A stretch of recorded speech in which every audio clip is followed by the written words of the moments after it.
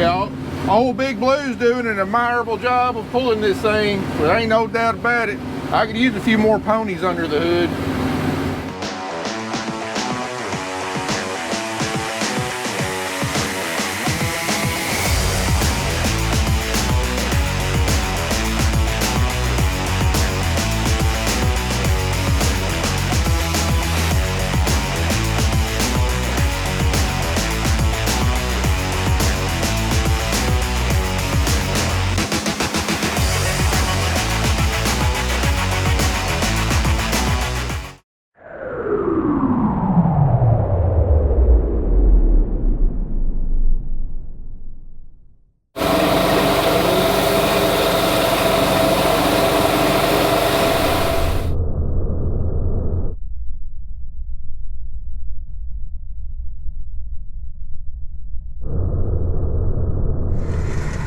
All right, before Andy takes off and gets started going full blast, we got to get the drill calibrated. Right now he's just getting the seed cups primed. We got a little bit of summer cover crop seed in there, getting the winter cover crop down into the seed cups. All right, now he's got that done, and grab my calibration equipment. All right, from years of previous calibration, I know roughly where this thing should be set to give us what we need. We're looking for around 59 pounds per acre. All right, I had to rob some of my good socks here.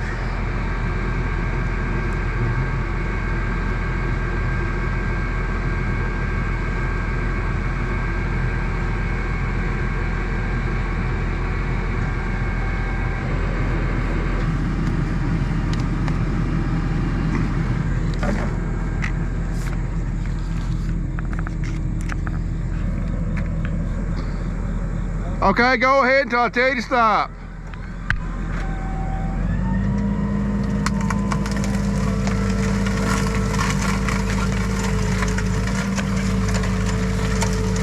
Drive normal speed.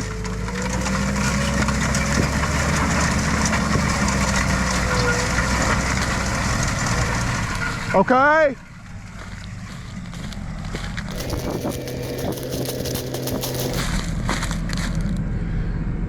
$238 feet. This feels a little wide. I don't think I got it fit right. 35 pounds extra, that is. Way too low. That's way off. All right, I lied big time. I was way off. Let's try that.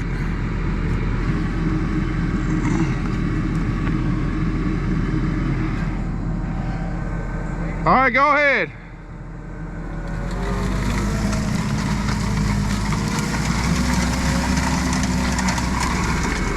All right, this feels quite a bit heavier.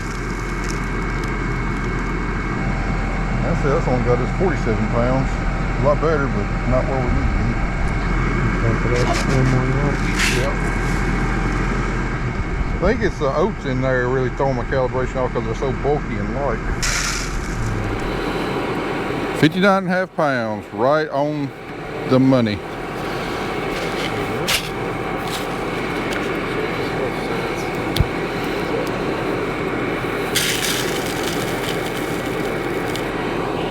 Yeah, that's about 8 pounds too much right there. All right, so we're gonna close this side down just a notch. That side over there is perfect.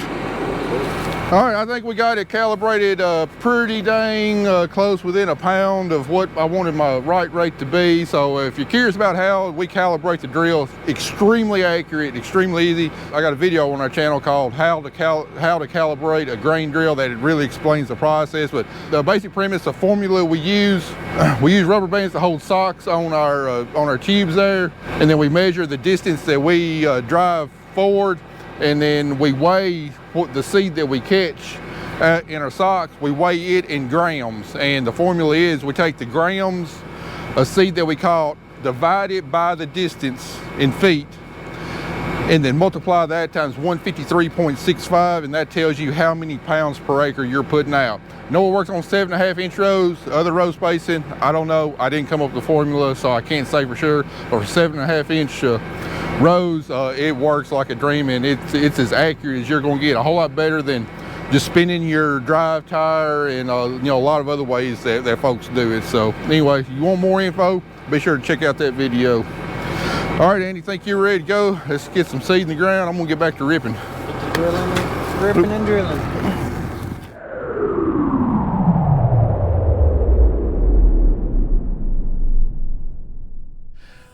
Now, yesterday in church, our preacher was preaching on a Bible verse that really struck a chord with me.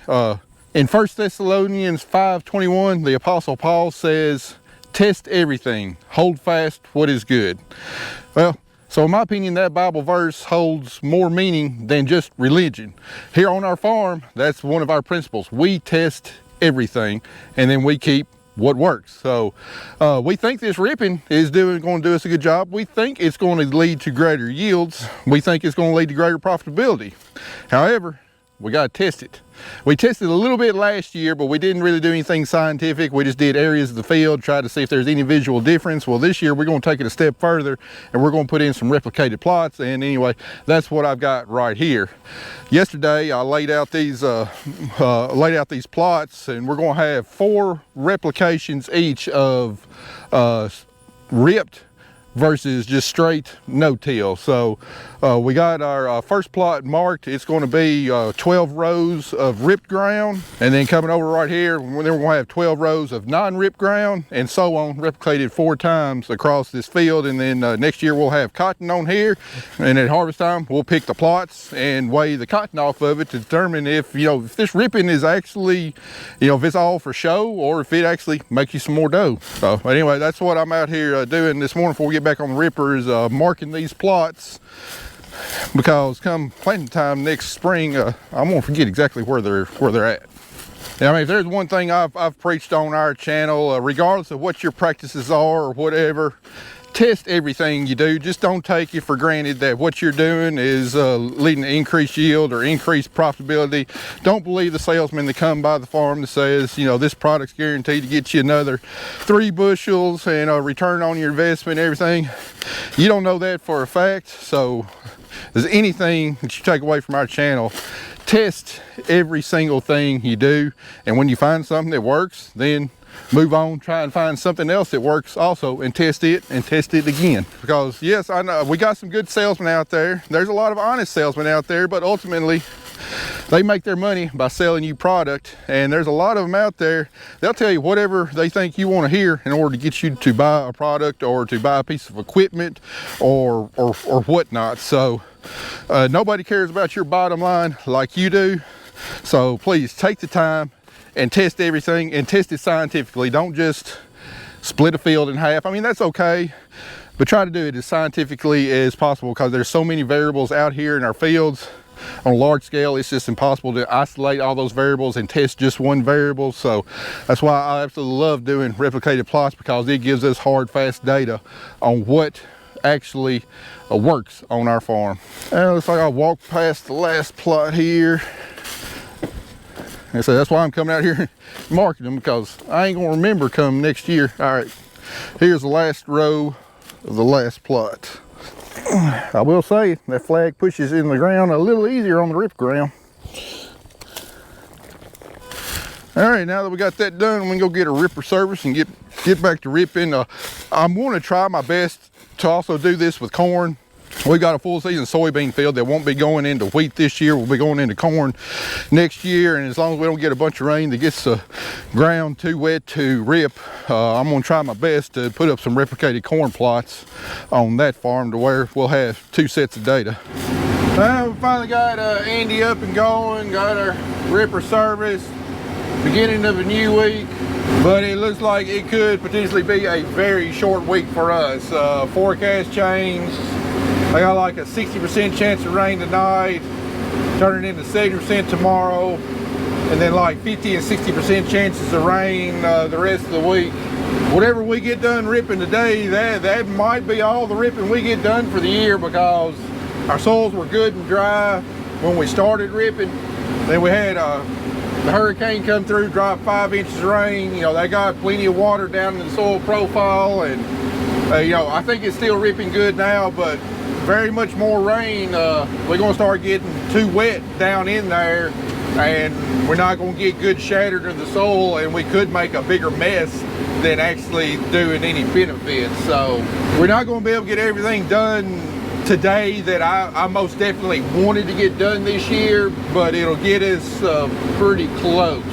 You know, if we have the opportunity, you know, there's more ground I would like to rip, but in my opinion, it doesn't necessarily need ripping because it's more bottom ground, whatever, but I was wanting to try it on there. But the problem fields that are just not doing what I think that they should, you know, we should get through a good bit of it today.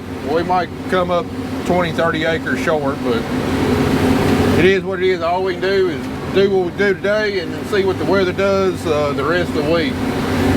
And also, there's supposed to be another hurricane building up down in the Gulf, and originally it was supposed to make landfall around the panhandle of Florida. And normally hurricanes, once they hit landfall, you know, they make a you know, they curve up into the right and go eastward of us, which would leave us well out of the line of fire. But what I saw yesterday was when it hits the panhandle of Florida, it's supposed to curve and go to the west. Never in my life have I seen a hurricane do that. Whenever it hits landfall, is turn and go to the west. But that's what a lot of the models were predicting. So the last thing we need right now is the remnants of any hurricane to come up through here. It's not going to do us any good at all. In fact, it could hurt us pretty significantly, especially with the cotton crop, because we got a lot of cotton open, and a lot of rain on open cotton is about a worst case scenario as far as reducing yield, reducing quality. You reduce quality, you reduce the price we get paid. I'll tell you what, I got a crick in my neck though. I cannot keep from watching back there. It's fascinating watching that ripple effect back there. It's like a wave back there in the soil, and I can't help but just turn around watching it. So every time I see that wave back there, I know we're doing some good. But like right here in this part, I'm not seeing that wave, so we're going through a place that's not heavily compacted, and apparently the fragipan's a lot deeper and we're not getting down to it. But all of a sudden when the tractor starts pulling hard, I look back there and then I can see that wave effect. You know, old Big Blue's doing an admirable job of pulling this thing, but there ain't no doubt about it. I could use a few more ponies under the hood. One of these days we'll get there. Anyway, I think Andy's up and running good. Haven't heard anything from him, and I meant to cover this when we're out there, but I know some of y'all probably curious what blend of cover crop we're planting, and on that one farm we're putting out a different mix because I'll be going to full season soybeans next year, so we don't want any kind of legumes or any kind of nitrogen production out of that blend. So he's planting 25 pounds of rye, 20 pounds of oats, 7 pounds of annual ryegrass, a pound of rape, 4 pounds of radish, 2 pounds of flax, and 4 pounds of buckwheat on that blend. And then once he gets done with that farm, he'll be going to ground that's going to be going into cotton next year, and we're going to be putting out 30 pounds of rye, 7 pounds of ryegrass, 5 pounds of crimson clover, 2 pounds of balanza clover, 3 pounds of radish, 3 pounds of buckwheat, a pound of rape, and 2 pounds of flax. So each one of those species has got its own specific purpose. You know, the cereal rye, biomass, organic matter, especially weed control, annual ryegrass, get the roots down there in the fragipan, start dissolving the fragipan, also remediating the top of the soil. The root system on annual ryegrass is absolutely fantastic. Oats, it's just kind of another species of grass out there, just to give us a little bit of balance. The rapeseed and the radish, you know, they're brassicas, so they got really deep tap roots, really penetrate that soil, help break up any kind of compaction. Hopefully they'll get down into all those crevices that this ripper's making and get roots established in there and help keep them open. Rapeseed is also supposed to be pretty good about pigweed control. Buckwheat, really good at building up really poor soils, rejuvenating them. Also, buckwheat exudes a substance through the roots that makes phosphorus a lot more available in your soil. So it takes that phosphorus that's locked up on the soil particles and releases it to make it available to plants. And then flax, it's just kind of another species that I'm trying just to get a little bit more diversity out there. And then we get to the cotton, then we're adding in the balansa clover and the crimson clover. Balansa clover will produce more nitrogen, but it's also a more expensive seed. Crimson clover, it'll produce a decent amount of nitrogen. And what we saw on our rip ground last year is that really made the clovers just really come out and thrive. So we're actually cutting back on clover seed a little bit this year because it did so well in our rip ground last year. But those are the mixes we're running right now, and kind of the purposes behind them.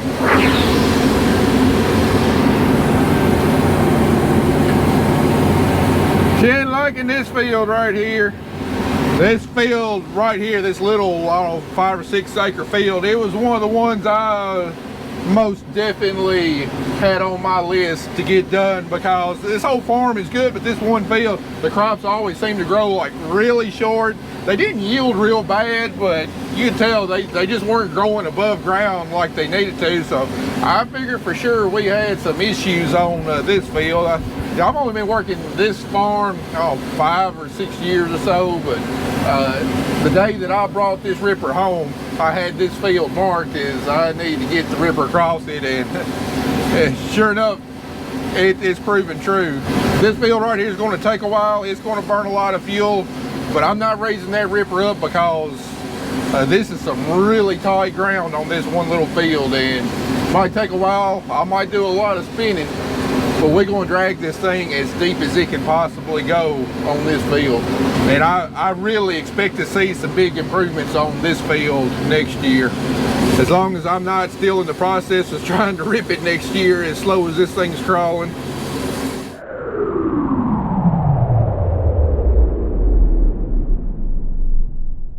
Alright, we just got done over. Clinton got moved up here to Porter Cable, and considering it's already started raining, we're going to do a little bit of experimenting here. So just in case we get rained out and can't do any more ripping, hopefully I'll be able to learn a pretty good bit off of this. We're down here in the bottom at Porter Cable, and my plans aren't to rip this whole bottom right now, but half of this bottom is extremely poorly drained, just stays wet all winter long. If you're planting anything other than cotton in May, it's really hard to get a stand of anything on this end of the bottom. And basically it starts like right here. This whole half over here is poorly drained, and a lot of that is because we got a pretty good hillside there going up to the hill, and just rainfall hits that fragipan in the woods there and just starts moving laterally and comes out here in the bottom, keeping it poorly drained. Also, the soil type in this bottom it's heavy clay, real tight, and water does not permeate down through clay very well at all. And in fact, this stays so wet that I can't even get good cover crops to grow on here to get roots down there to open it up. So just about 4 passes here, 24 rows worth. I'm going to rip that and see if there's any improvement over the rest of the part of the poorly drained bottom, see if the cover crops grow any better. I don't want to do any more than that, because like I said, this is already wet, and if I'm ripping it all up and it doesn't improve the drainage on it, getting water down into the soil, it just holds water. With all this loose ripped ground, I probably won't even get this part planted next year. So I definitely don't want to create a big mess, but I do want to test it out and see if I can help with the drainage some on this part of the field. All right, the last field that I really want to get done, which we're not going to get done with this today, is up here on the Porter Cable Hill. We got 53 acres up here. And if you remember from our corn harvest videos, this is one of the fields that I was pretty disappointed in, considering right across the tree line we were making significantly better. And I kind of showed you, the height difference of the corn going throughout the field. and that's due to issues in the soil. I think most likely drainage, not fertility issues, but drainage issues. So don't know if it's compaction, fragipan, clay content. I really don't know, but I do believe that ripping's really going to help this field. And in fact, over in this area, I know for sure it will, because probably 10, 12 years ago, all of that over there was logged, and they loaded the logs right over here, and then the semi trucks had to come all the way across through the field to get to the road right over there. So after they got done logging, we had a chisel plow, and I run the chisel plow all the way to the frame deep, trying to bust up all that compaction and everything, but where they drove or whatever, it hasn't been right since then. So hopefully this ripper will be the ticket on getting this field fixed up, because historically this is our best yielding field ever, or at least it was up until probably 6, 7, 8 years ago. And while the yields on all of our other farms have been steadily going up, this field's kind of remained flat, to where it's kind of falling behind the others. But the soil's good. This hill is flat, got plenty of fertility, got plenty of topsoil, so it should be a big yielder. Part of the problem with the yield drag was that I was not allowed to put chicken litter on this farm up until about 3 years ago. So I know that that's part of the reason that yields are kind of falling behind the wayside, but I also think that there's probably something going on in the soil. So hopefully ripping it up, getting some air down there, then get a good cover crop on it will really help revitalize this field and put it back up in the leader as far as yields on compared to the rest of our farms. Like right now, it's pulling pretty dang easy. It's all the way down 4 miles an hour, but back here a little ways, it was definitely pulling a lot harder. So definitely shows me there was something going on in the soil. Not exactly sure what, but hopefully this ripper will help alleviate it. All right, now we got into a little bit farther on down the row a little bit. See, it's pulling significantly harder right here, one of our lower yielding areas.